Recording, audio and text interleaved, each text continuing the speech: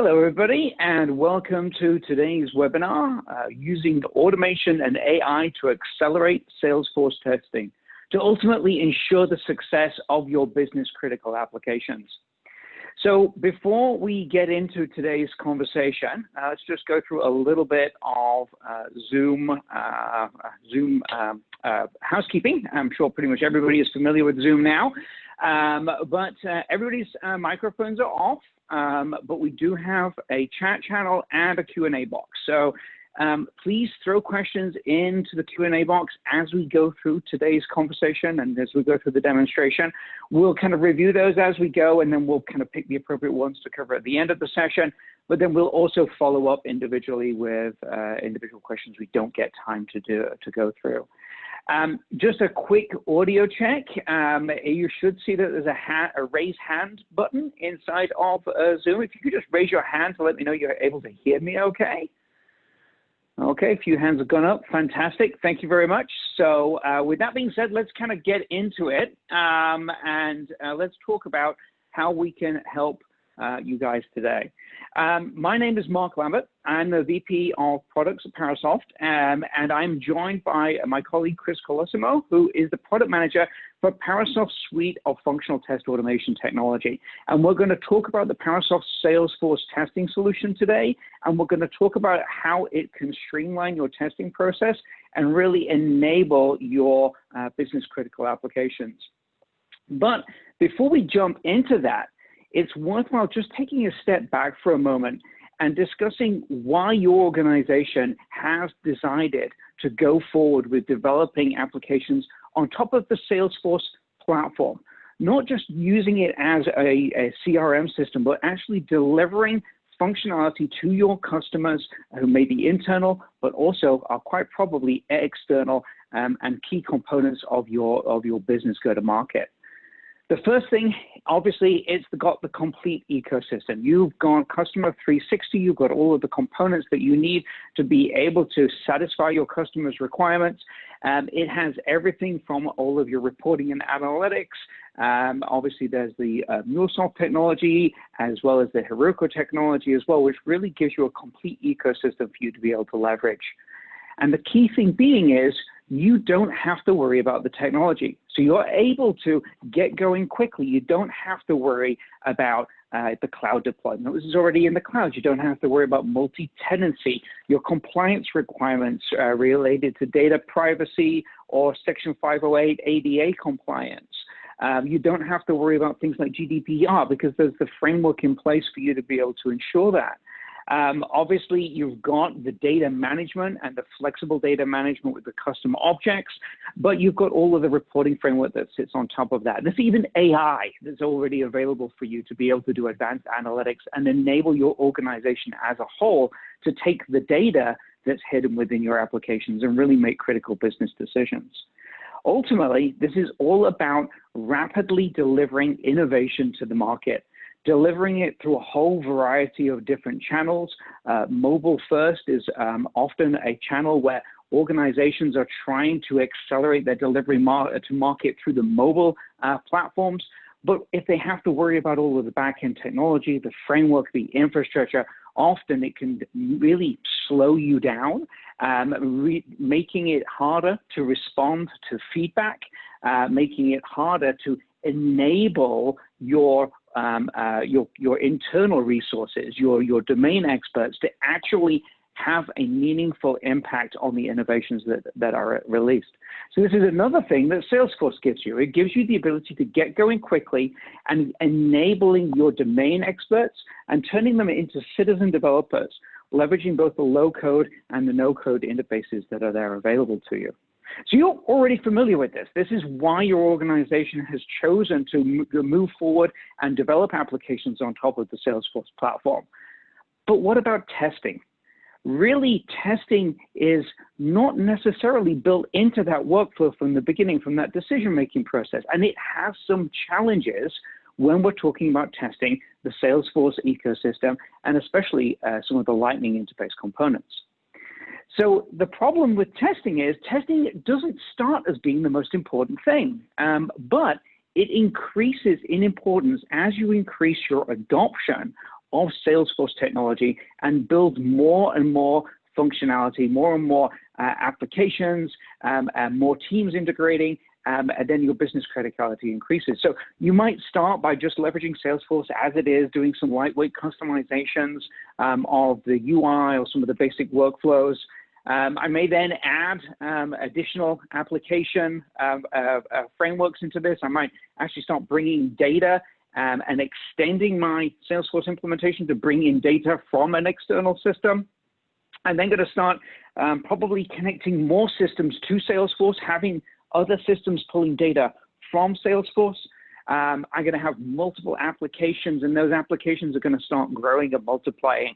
So now I'm concerned about cross-team collaboration. I'm concerned about making sure that we deploy our applications and our iterations in a way that is not impacting each other. And I will also want to start keeping that accelerated delivery that gives me the ultimate power of, or allows me to extract the ultimate power from Salesforce. And then I might even start using Salesforce as a back-end system, creating headless interfaces or composite APIs that are being used by systems that don't have a UI. So maybe an IoT device, for example, connecting back into Salesforce. And I need to create an API that IoT device can connect through, extract out the information, and actually have bidirectional communication within the ecosystem. So the challenge here is that testing increases in complexity as we increase in our adoption. So what do we want to be able to do? Well, we have to really start figuring out how we can control that complexity, because the challenge is as we get up and going and we're starting to iterate, we're creating more advanced applications, and the business gets used to that rapid delivery, a quick iteration, which is the power of Salesforce.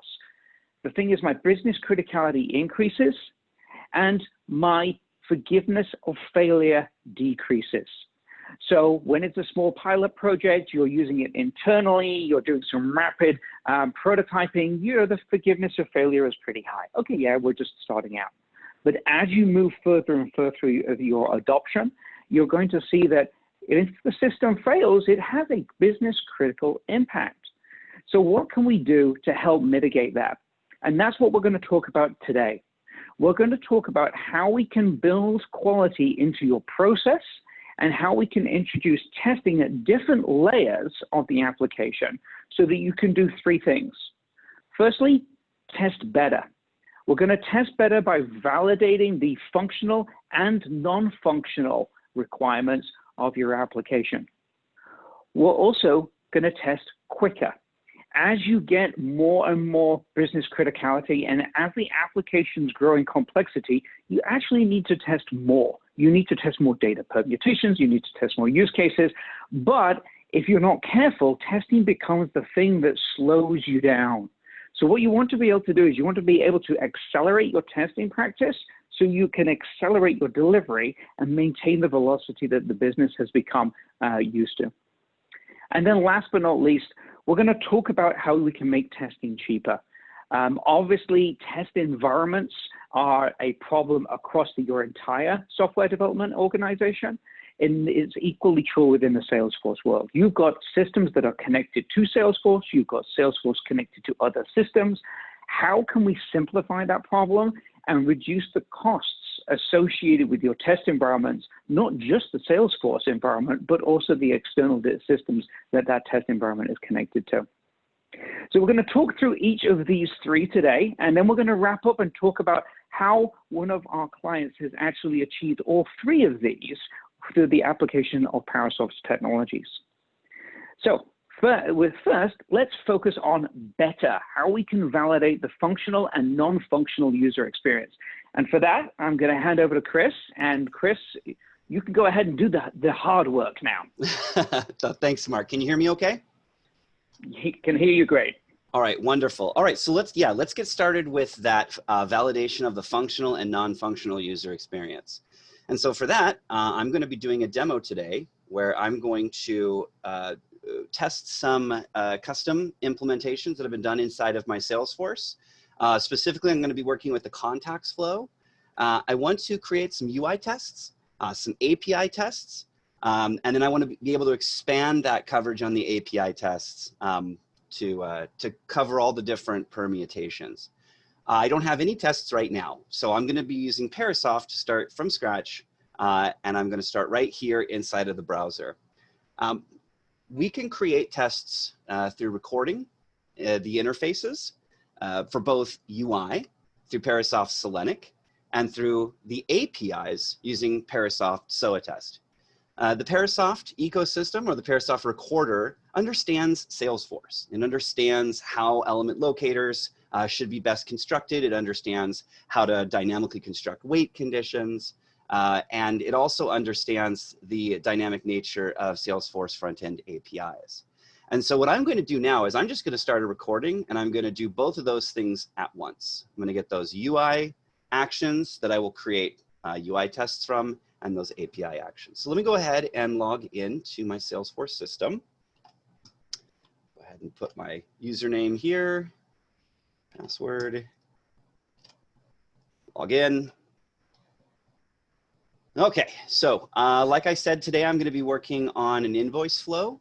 Specifically, I'm going to be working through some contacts. So what I want to do right now is I want to create a contact. So you see that I have two contacts here, Lisa Simpson and Bart Simpson. So naturally, I'm going to create a new contact for, let's say, Homer Simpson. So we'll give Homer a first name here, last name. Homer needs an email. Seems like kind of email Homer would have. And then there's one more required field, which is my lead source. So we'll go ahead and say discover.org. Okay. Now I'm going to go ahead and click this save button. That will then create the contact. Okay, great. Now what I want to do is I want to clean up after myself. So let's go ahead and delete that contact. Okay. So that is my use case. So what I'm going to do is I'm going to go ahead and stop my recording, and I'm going to go through two distinct workflows. The first workflow is to create the UI test. Now, I know what you're thinking. Oh, okay, we're going to see another platform where we're going to create, these UI tests inside of a proprietary ecosystem. Incorrect. We're actually going to create these tests in pure Selenium. We have the option of creating them in JUnit or TestNG. But for the Parasoft solution, the best way to move fast is to use the most common UI testing solution. In this case, as I said, Selenium. So let's go ahead and name this. I'll call this Salesforce Contacts. I could give it a description. More importantly, though, I can give it a requirement. So I'm going to go ahead and hook it up with something in a Jira that I have. I'm going to go ahead and download that recording. Okay. We'll call this Salesforce Contacts, and we'll save it. We're going to work with that in just a second. Now, remember what I said. At the same time, we're also recording the API traffic that takes place in the system. And so I'm going to go ahead and say create test asset. This is going to think for a second and use AI to construct an API test scenario, but we'll deal with that in just a second. Let's go ahead and just close that out. All right, so I have my UI tests, I have my API tests. Let's go ahead and look at those tests. So I'm going to open Eclipse. Parasoft Selenic is a plugin for Eclipse and IntelliJ that allows you to work in your most familiar IDEs and create these pure Java Selenium tests. If I wanted to, I could actually merge a test right here into an existing project, but I want to start totally from scratch. So I'm going to create a Selenium Java project from scratch. I'll call this Salesforce Contacts. Do a little underscore here, Contacts. And I'm going to grab that UI recording that I just created. Okay, I'm going to give it a package, something like the name of my company, and then the piece that I'm working on, which is contacts. And then we'll give this a class, test contacts create. Okay, we'll hit finish. And that's all I need to do. I actually now have a Selenium Java test. Here in this case, I'm using JUnit 5. But you'll see that it's gone ahead and put together all the bits and pieces that are required to use Selenium in Salesforce, and takes a lot of the post manipulation out of it. Additionally, I'm using an industry best practice known as the page object model. Now, the reason that this is an industry best practice is because it makes really highly maintainable test cases, because it creates elements and locators as reusable objects that you can define in one location. And if you ever have to change those elements, you just change it in this one spot and it propagates through the rest of the test. And again, this is partially why Selenium is so powerful in Salesforce, and by using the page object model, you're taking ultimate advantage. But I want to go fast. So let's go ahead and execute this test. So I'm going to run this with Selenic, and we're just going to play right back exactly what we recorded inside of Salesforce.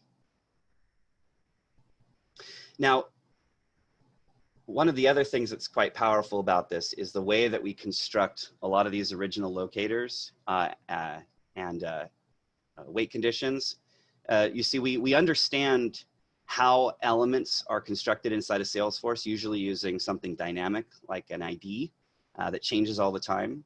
And so we try to create the best element locators possible by looking at other things that Salesforce provides, like class names, even using really intelligent strategies to pivot from a label to a field.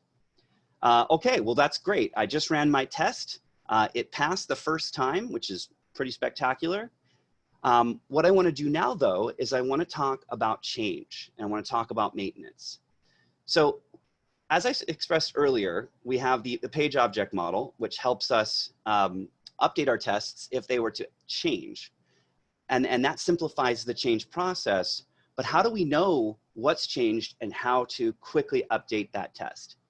And that's where Selenic's AI becomes quite powerful. So when I just ran that test, what I did was I was actually watching and I was capturing all of the information in the browser about the elements that I was clicking on, the different pages, and I was using that inside of Parasoft Selenic to understand how successful each one of the tests was on clicking elements, navigating the pages. The reason that I do this is because as applications change, Selenium tests break. And this is why we see a lot of people resistant to using Selenium in something like a Salesforce. Parasoft Selenic can generate recommendations for field locators and weight conditions, and even things like stale element references or changing IDs, and give you new locators and even self-heal the tests at runtime. So I'd like to give you an example of that. So I'm going to turn on a couple of options. First, I'm going to perform self-healing. And then I'm going to say, go ahead and give me a report and tell me what happens when the test fails. And additionally, I'd like to understand some performance metrics about my application. I want to know if any of my tests take longer than they usually do to execute. So I'm going to go ahead and apply that. And now I want to break my test. So in my application, when I created that Homer entry, I clicked the save button. But let's say that didn't always say save. Let's say in a previous version, that said continue. Okay, this kind of thing can happen. We just change a button, we change the label, we change where a tab is. It's a small change, but it could really break the Selenium test. And so what I'm going to do now is I'm going to execute this, and we're going to see Selenic's self-healing not only fix the change, but also provide us back a recommendation on how to update the locator. So I'm going to actually move the Salesforce UI here to the left. Okay, so we're going to go ahead and log in. Wait for this page here to load. Okay, we'll go ahead and create a new contact. Okay, now keep your eyes on the console on the right-hand side. It's trying to click save. It can't. It's thinking. It says, you know what? I'm going to try some different locators. It found one. It clicked the save button. My test proceeds. My test did not fail and was automatically healed from a breaking change because of the AI in Parasoft Selenic. See, it makes Selenium easier to use. All right, so let's go ahead and look at this report. So this is our Parasoft Selenic report, and what it's saying is, yeah, you had a test that you executed. It didn't pass, but it was automatically self-healed. And it says here, I was not able to click on this continue button, and also provides us with a screenshot to say, this is where my problem was. Okay. But because of the AI, the test did proceed forward. Why so? Because when it encountered that continue button and went back and took a look at the different ways that the page was constructed and said, you know what, actually, if I use this element locator, save, or maybe this or this, you'll see it's providing different locators to us to make it easier to choose one that makes sense for our organization strategy. It says you'll have a 98% confidence factor that this will work in the test. And guess what? I also tried it and it was successful. It also provides us test details and a stack trace so that we can feel confident in using this in our UI test execution. Okay. Now, if I were to go back into my IDE, I would say, okay, so I know that there's something about the test that needs to be updated. And I see that those locator recommendations were provided right here back into my IDE. Now, not only can I see those element locators, but I can actually jump right to the line of code and automatically update that locator. I hit my save button, I can go ahead and re-execute my test and feel confident that this change that was applied will fix the Selenium test execution. And this completely or significantly reduces the test maintenance associated with those UI tests. But there's one other thing that I want to point out before we move on, and that is execution times.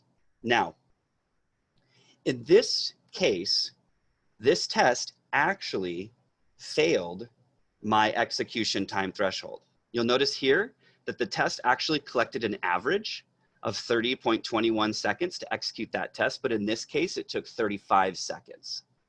This is an interesting thing for me to keep tabs on as I'm executing the different Selenium tests, because if a new Lightning element is introduced and slows down the user experience, then we can get notified for which use cases are impacted. And we can understand what we need to do going forward. Okay, so that was how we can quickly create UI tests and get running with that. What I'd like to do now is hand that back to Mark so we can talk about the next stage. Mark? Great, thanks, Chris. So let's see if I can, there we go, get the slides to translate, move forward. Great, okay, so what we just talked about was how we could test better. And actually, Chris mentioned this at the beginning, that there's actually a number of folks out there that say using Selenium is too complicated, it's too brittle, and especially within the Salesforce ecosystem. The bottom line is you can use Selenium to test Salesforce, and Parasoft Selenic makes that easier.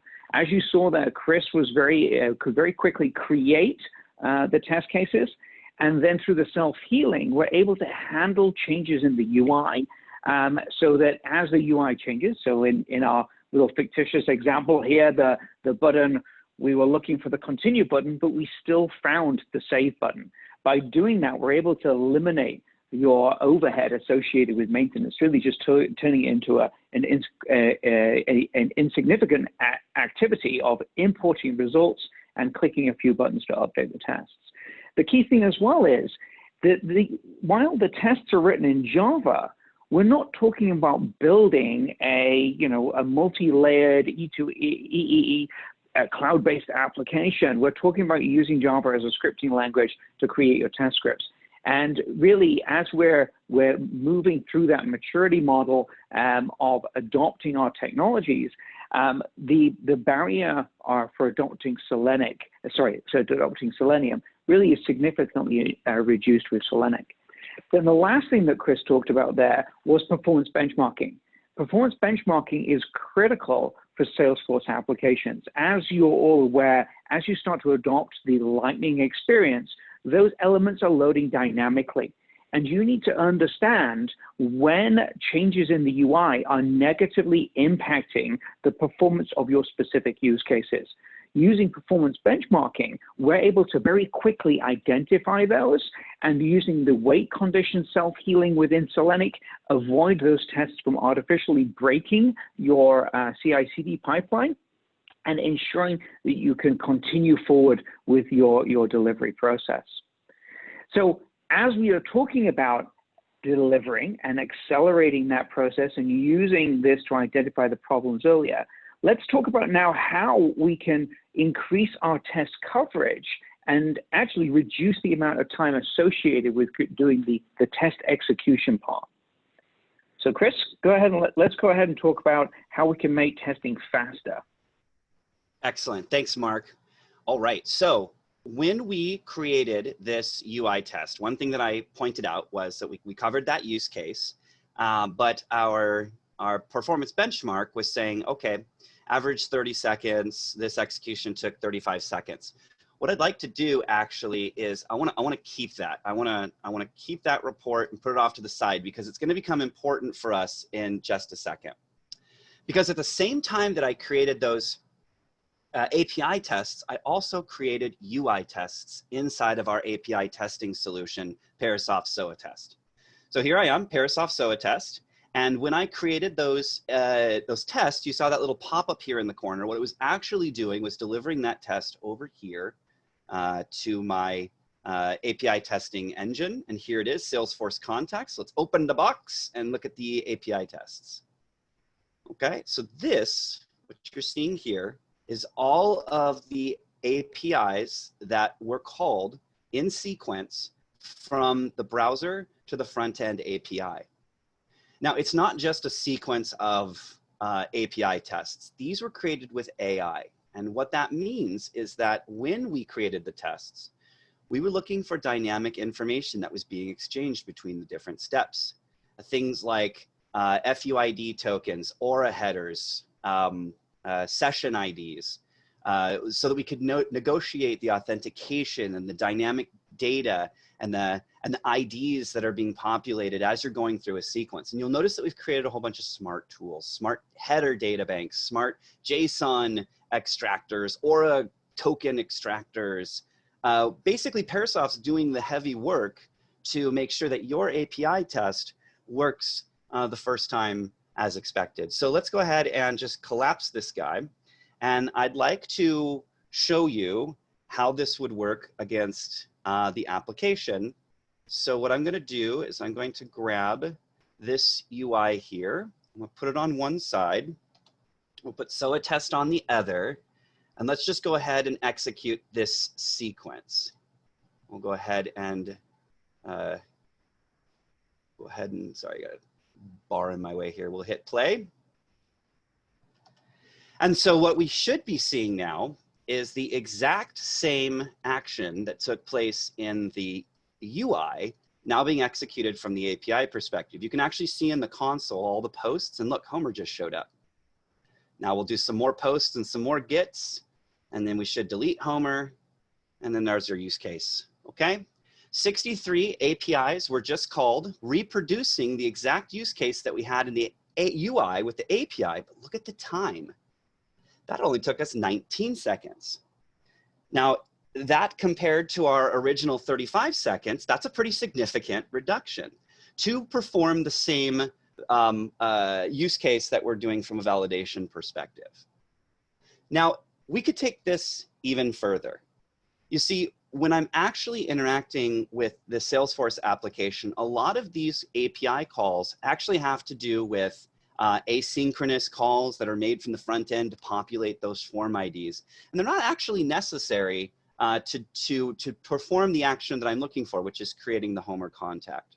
So what I've done is I've actually reduced down that API sequence into just the required calls, which are these 8 calls for authentication, and then this one dynamic, or excuse me, this one post to create the contact. Now what I'm going to do here is I'm just going to log back in to Salesforce. That dog Look at my contacts. Okay, so now we're going to do the same thing here, and we're going to execute this sequence of events here, starting with authentication, and we're going to create a contact. So we'll see you in 7, 8, 9, 10, post create, 6 seconds later, and there's our Homer J. Simpson. Now that's a significant reduction. Now I'm doing that same use case in just a fraction of the time. And what's also interesting about this use case is if we look at the data that's being provided to actually create the contact, there's a lot of fields that are available in that contact UI that we just simply didn't interact with. Let me make this a little bigger. You'll see that we have things like birthday, account site. Maybe we do things like the middle name or mailing address. And so we would want to validate all of those fields in the UI, but it might become cumbersome and could break actually quite often if we created those all as UI tests. So instead, what's a really good strategy is to create a subset of UI tests to validate the user's experience, and then cover all the rest of your permutation testing using the APIs. Let me show you an example of that. So here, instead of just creating a contact, what I'm going to do is I'm actually going to create a bunch of contacts. And I'm going to create them with different types of data. So I've just created a little data source here to say, hey, I'm going to create all these different characters. I'm going to give them a different account site. I'm also going to use data generation to automatically generate a phone number. And then I'm just going to shove that into the into my Salesforce system.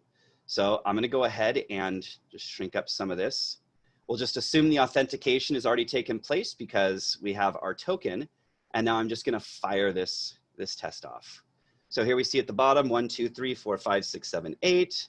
It's going to go through each one of those characters, doing a data generation, a client, and then validating that client. And so we say 18 tests that executed in 10 seconds. So let's go ahead and take a look here inside of my Salesforce and look at all that. And as you can see, from just that one simple recording, I was able to get deeper and deeper and deeper into the application, creating more and more tests to cover more aspects of Salesforce. And it just kept getting quicker and quicker and quicker.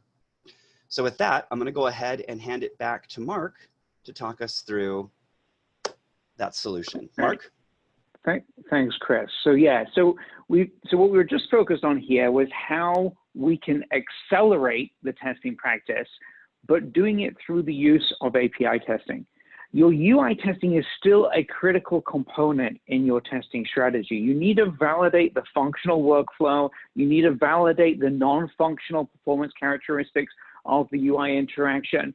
But what we can do, and this is the unique capabilities of Parasoft technology, is by intercepting and understanding the underlying API calls that the UI is making, we're able to apply our AI engine to stitch those together into an API test scenario. So having not a series of isolated autonomous transactions, but having them chain together with data values that we've extracted and relationships that we've learned by analyzing the traffic and analyzing the different testing scenarios. What this can then do is, as Chris showed us, we can run through a variety of different data permutations.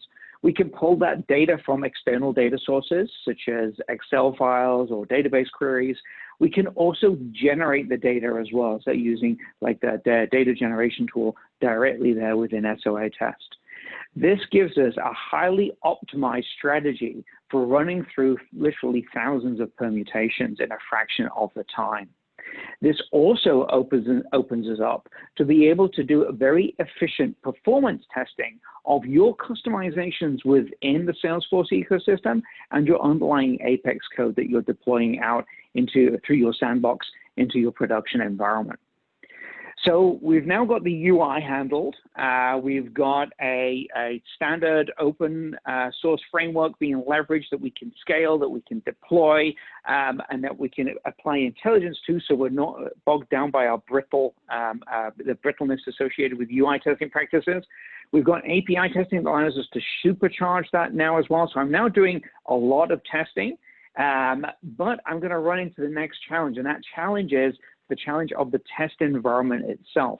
As I have more applications connected to Salesforce and both consuming data from there as well as sending data in, your cross-team collaboration becomes a challenge. So Chris, let's now talk about how we can start to work within the ecosystem, and let's talk about a use case where within Salesforce, I'm actually consuming or displaying data or bringing data in from an external system. Absolutely. All right, so let's get deep. So inside of this application, when I'm actually creating a contact, I'm not just creating a contact for fun. I'm creating the contact because it's a part of a larger process. So what I'm going to do is I'm actually going to go into the Parasoft continuous testing platform. Go ahead and log in here. The Parasoft continuous testing platform is an on-premise or cloud-based dashboard that allows me to see the different environments, execution flows inside of my different applications, create API tests, virtual services, generate test data, and associate them with my use cases, with my workflows. I can then use those to run an automation, dynamically deploy containerized environments, etc. So what I'm actually doing when I'm creating that account is I'm eliciting an entire invoice flow that goes from creating the invoice, creating the account, performing the credit check, and etc. What I'm doing when I'm creating that account, though, is I have connected to this Simpsons API that has this database of characters and different episodes that those characters are in. And what I am doing is I've integrated that API into my Salesforce flow. So those who were keen-eyed would have noticed that when I created a character, or when I created a contact, here under details, I have this integrated API where I could actually call out and get various episodes that character was associated with in the different seasons.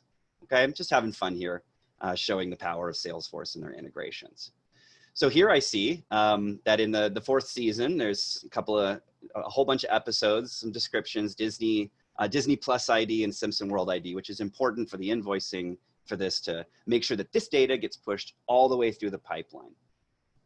Now, what's really interesting about this is that this API is actually pay to play. Every time I call it, it costs me money, which should be very familiar to anybody using pay-to-play APIs that are integrated into Salesforce. But what's actually happening here is I have simulated this API. And I did that through recording, very similar to what you saw when I was creating the API test. So I'm going to go ahead and just turn that on, and let's go ahead and look at that service. So here's the service over here. It's called the Simpsons Virtual Service. And basically, I just have a whole bunch of different episodes that I had recorded and created a data model for the different types of information that's in an episode. We're going to go into this aspect of using data simulation to reduce costs in a later webinar series, and we look forward to your input into what you'd want to see in those. The advantage here, though, is that I'm completely in control of the data that is connected to my Salesforce implementation. So let's go and change some of that data. So here we are back in Salesforce. What do we look at? Season 4. So let's go find season 4 right here. And let's say that what I really wanted to do was to say, instead of Bart and Lisa being horrified when their summer camp was not as fun as they expected, let's make that actually Rod and Todd Flanders. How about Rod and Todd? Now, of course, this is just having fun with The Simpsons, but imagine if you wanted to inject customers that had all sorts of different data, maybe data that wasn't even possible in the real Salesforce system, and you wanted to see how that would interact with your UIs. By using a virtual service, I am now completely in control of that data, of that service. I can deploy it whenever I want on demand and create multiple swim lanes for my application and really unblock my DevOps pipeline by essentially being able to test constraint-free. So again, lots more to that, but I'm going to go ahead and hand it back to Mark so he can talk us through. Mark? Thank you, Chris. Yeah, so as we said, this is a relatively straightforward example there of how you can simulate an external service that's loading data into Salesforce. This will actually be a subject of a subsequent webinar. We'll go into a lot more detail around not just simulating an external, but also simulating your composite APIs or your APIs that you're leveraging within Salesforce as well. So stay tuned for an email from Parasoft inviting you to the subsequent webinar covering that topic. But really what the point here is that we can start to decouple our testing efforts and decouple the teams. So often when you're testing a system of systems, you run into situations where the external systems you're connecting to are either unavailable, they're pay to play, or, for example, you can't get them in the state that you need. As we start deploying more and more microservice technology within the industry, you have the ability to kind of stand up individual instances very easily, but you don't have the ability to fully control the functional behavior or the performance characteristics of that external dependency. And this is where service virtualization really uncouples your teams, but also uncouples the testing dependencies. Also, as you're developing a system that is consuming data from Salesforce, you want to be able to performance test that system that's doing the consumption of data from Salesforce. But due to your coupling with the Salesforce backend system, you're going to start hitting API limits. And what we can do with service virtualization is eliminate those API limit constraints within your test environments so that you can test more often, more frequently.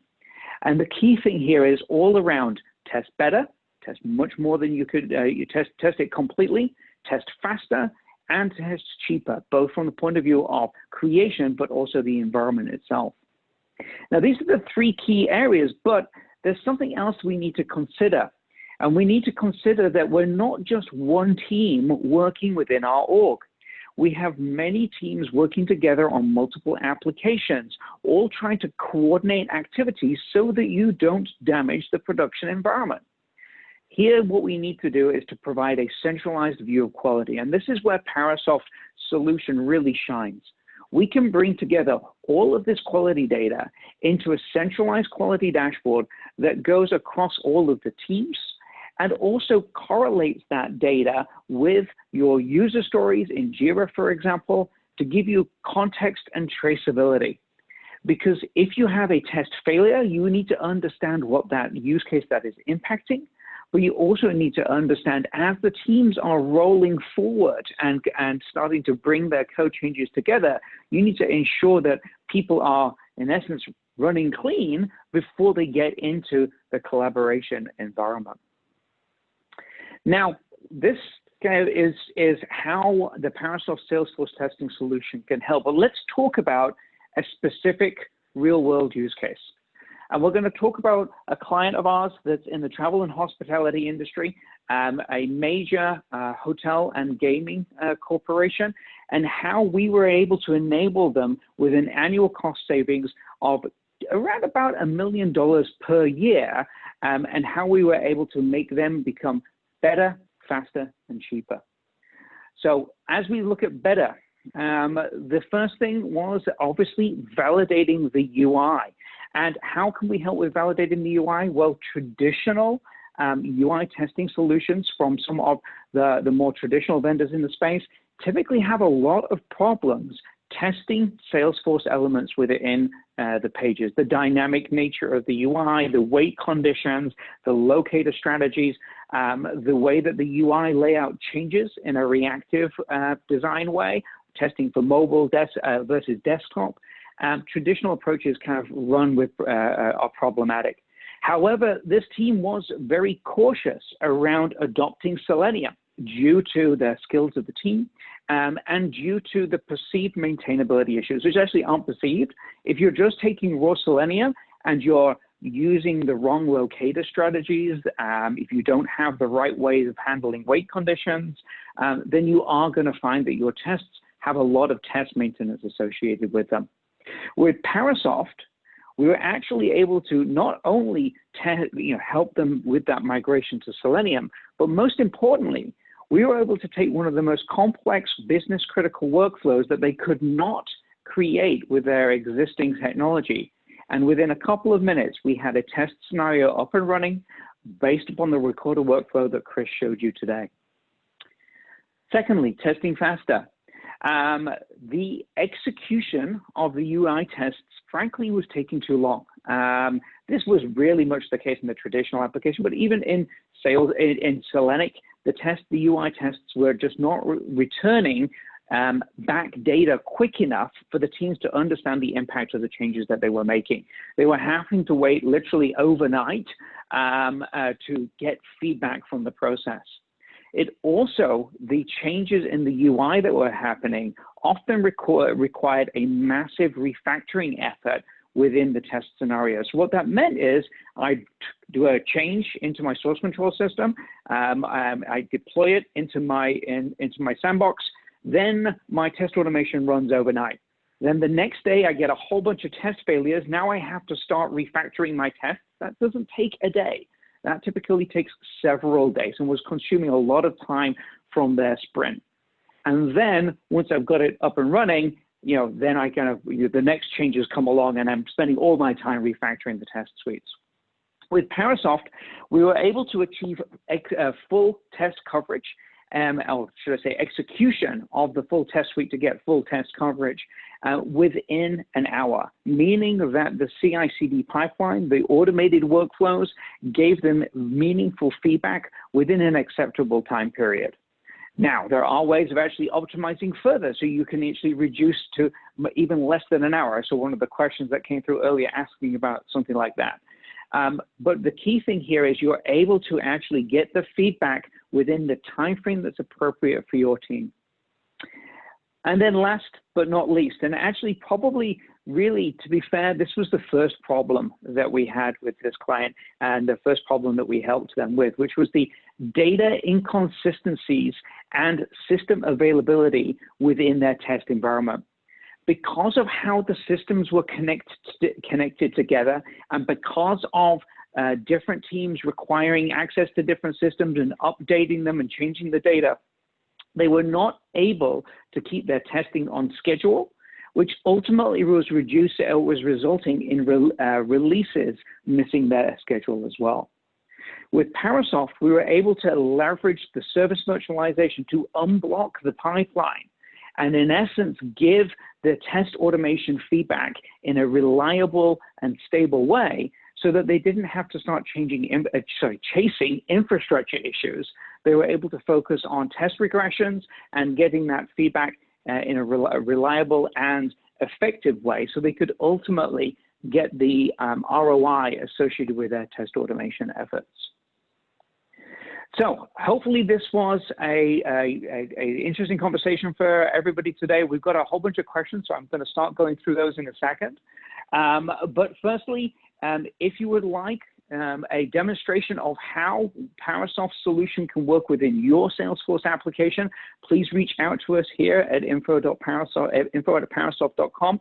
We will be doing follow-up emails as well following today's webinar. You'll actually see an email inviting you to complete our 5-question Salesforce testing survey. That will be to enter for an opportunity to win an Amazon gift card. And also in that survey, we'll be asking questions about what are your testing challenges and what other things you would like to hear about in future webinars. Chris alluded to that we will be covering test data, data management, and also integration testing with service virtualization and how we can leverage that. But we'd love to hear from you about other topics that you think would be interesting for you as you go through your Salesforce adoption.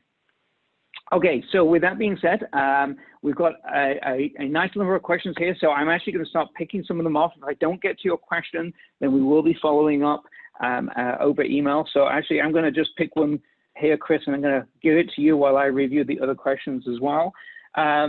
So how do you handle dynamic IDs? I think you touched upon this already in the Selenium piece. This question was asked earlier, but do you want to go ahead and touch on that while I just go through some of these other questions? So that's one of the biggest problems with Salesforce from a UI testing perspective, is that because forms are dynamically generated, the IDs that are used typically follow a pattern of 4 numeric numbers, a colon, 3 numeric numbers, and then a semicolon and a letter. They can vary from that, but it makes it almost impossible to uniquely identify the element without being really smart about it.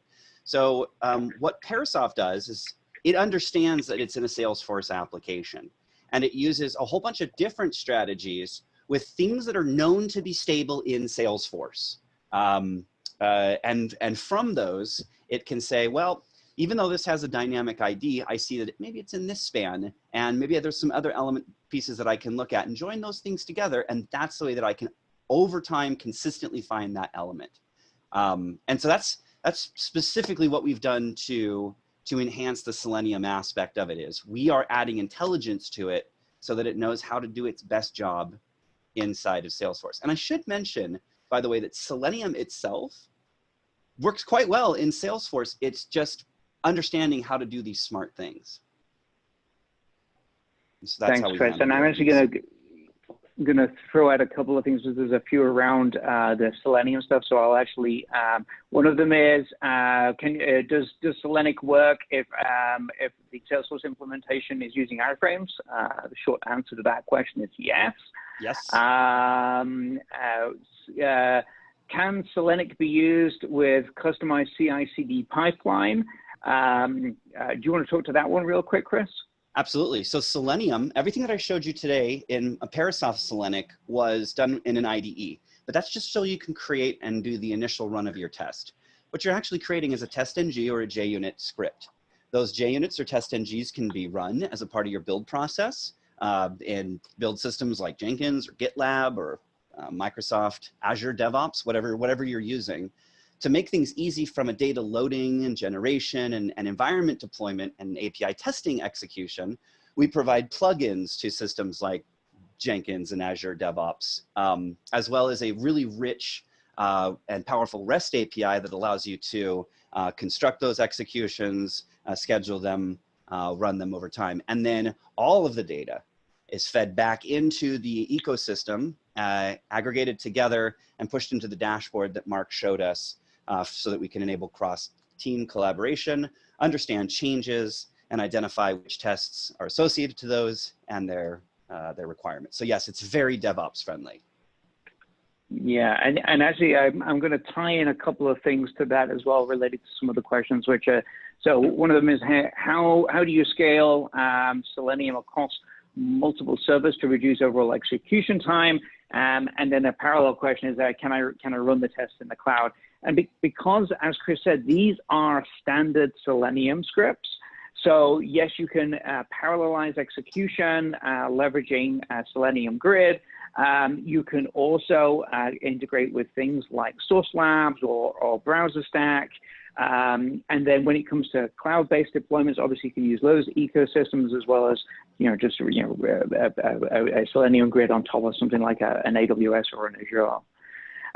Actually, when we talk about cloud, though, it's probably worthwhile also mentioning that Parasoft Virtualize and Parasoft SOA Test, which are kind of obviously for the API testing and the service virtualization, both of those are available as images within Azure and AWS, and that can enable you to stand up dynamic infrastructure. And SOA Test, also those API tests that Chris showed, can be executed from within your CI/CD infrastructure to Dockerizing both SOA Test deployment as well as actually virtualized deployments can be Dockerized as well. So I think I've touched upon everything there from a cloud perspective. Did you want to add anything to that, Chris? No, just I wanted to double down on the Docker statement that our solutions are available as Docker images that can be deployed into your ecosystem. So if you're orchestrating a cloud strategy and something like Kubernetes or Pivotal Cloud Foundry, it's very easy to integrate with that system so that you can get those tests and those virtual services and that data integrated into those clusters. And questions are still coming in, so I've seen them coming in. I'm going to start kind of reorganizing them based on the topic. There's actually a subsequent one is like, can the development team schedule or execute tests without assistance from the test automation engineer? As Chris was mentioning, these plug right into your CI/CD pipeline, so you can execute them continuously, automatically in that way. What I will say is that the case study that we talked about a few moments ago, they actually have a couple of different workflows. They have integration with Jenkins, but then they also they built a little portal that sits on top of their test automation suite that allows them to kind of, in essence, kick off the execution of a specific test through a very basic web UI that they built. But obviously, you can also do the same kind of thing through integration with something like a Source Labs, providing that UI. Okay, there's a question about BDD. So does PowerSoft support BDD? Do you want to take that one, Chris? Absolutely. Short answer, yes. The Selenium tests that you record can be connected to your BDD Cucumber scripts if you're in the Java world.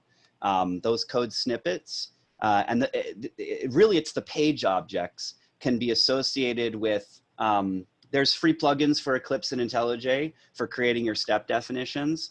The really important part from a PowerSoft perspective is that when you execute via BDD, our AI-powered recommendations and self-healing not only work in those frameworks, but they also present the details back to you associated to the feature that you're testing. And you can even drill down to the step def so that it makes it really easy if you're trying to enable a non-technical team to build out test automation against the requirement. It makes it easy for them to understand what they need to do if that test automation starts failing. Because feature goes to them, they understand why it happened. Step def goes to the developer who created the step def so they can fix it. Great, thank you, Chris. Got time for a couple more questions here. There's a few around test data, so I'm actually going to try and bring those all together, but let me kind of give you this one here. So can I reuse tests for performance testing of my Salesforce application? I think that's an interesting one, especially when you're talking about the performance testing of customization. So do you want to talk a little bit about reuse? Yeah. So there's the shortest distance for performance testing is those API tests. Because we've stitched them together with the AI, you could just run those immediately in underload with a specific number of threads or a specific number of virtual users. The Selenium test is a JUnit. So the JUnit can be run in our framework underload much the same way. A really cool thing to do, though, is to combine those two things together, where you run a set of Selenium JUnits or test NGs, whatever, to validate the customer's experience under load, and then you put the load on Salesforce using the APIs. It doesn't require as much domain knowledge to stitch together all the different dynamic information, and you can get pretty good information. But I will mention that a key to understanding which of those to run is that performance benchmarking, because that will tell you when some user experience is misbehaving, and that's where you can then turn your attention and say, all right, let's run a test here. Yeah, and it's worth also considering that there are going to be some things that are within your control or things that you've developed or you've extended on, where performance testing of those particular components are going to be relevant. Performance testing of the broader Salesforce ecosystem is going to be important from an SLA perspective, so you understand what the criteria is on particular use cases, and performance benchmarking can help very much with that. But being able to do that targeted performance testing against a particular element or a component within your flow that is the specific piece of code that you've implemented is a really very powerful way of honing in on being able to put your specific piece of code under stress. Okay, so I mentioned that we've got a few test data questions, so I'm going to kind of just throw a few out there. We're kind of at the top of the hour, but let's see if we can take some of these. So I'm going to just read them as we go, and I'm going to paraphrase them a little bit. So kind of one of the questions is, Does the data generator help with synthetic data preparation? So I think talking a little bit about synthetic test data would be useful there, Chris. Another question asking about doing data cleanup afterwards. So I think that's a teardown test kind of conversation. And then the other one was around creating different sets of test data for different purposes. Obviously, we have our data sources as well as the test data modeling stuff as well there, Chris. So I know that is a lot of things to talk about, but maybe just touch upon it at a high level. And I think that is probably one of the topics that we're going to get asked for in a subsequent webinar. Yeah, 100%. So data generation is necessary no matter whether you're doing the UI, the API, or doing a virtual service like I showed today. The engine that we have allows you to generate data, fictitious data, synthetic data. It learns what the constraints are from the data by any recorded traffic that you get. You'll see a recorded traffic is kind of a theme for us. We think it's a nice way to get going fast. That data can then be extended, manipulated, masked, even some subsetting to make sure you're getting the right data, and then loaded into all the different solutions. So yes, that is definitely something we're going to show on a subsequent step. As far as cleanup, I don't know if that question was asking about the empty Aura calls, leaving those connections open, or if it was referring to leaving those Simpsons characters sitting there in the table. I'll answer both questions. From a cleanup perspective on the Aura calls, we do close connection. And yes, as Mark alluded to, you'd want to tear down to go through and delete and reset your environment. All of that is totally possible. I didn't delete my characters because that would have made a really boring demo. I wanted you guys to see them all. Okay, great, Chris. Thank you, everybody, for joining today. I know I didn't get to all the questions. We will be following up on those.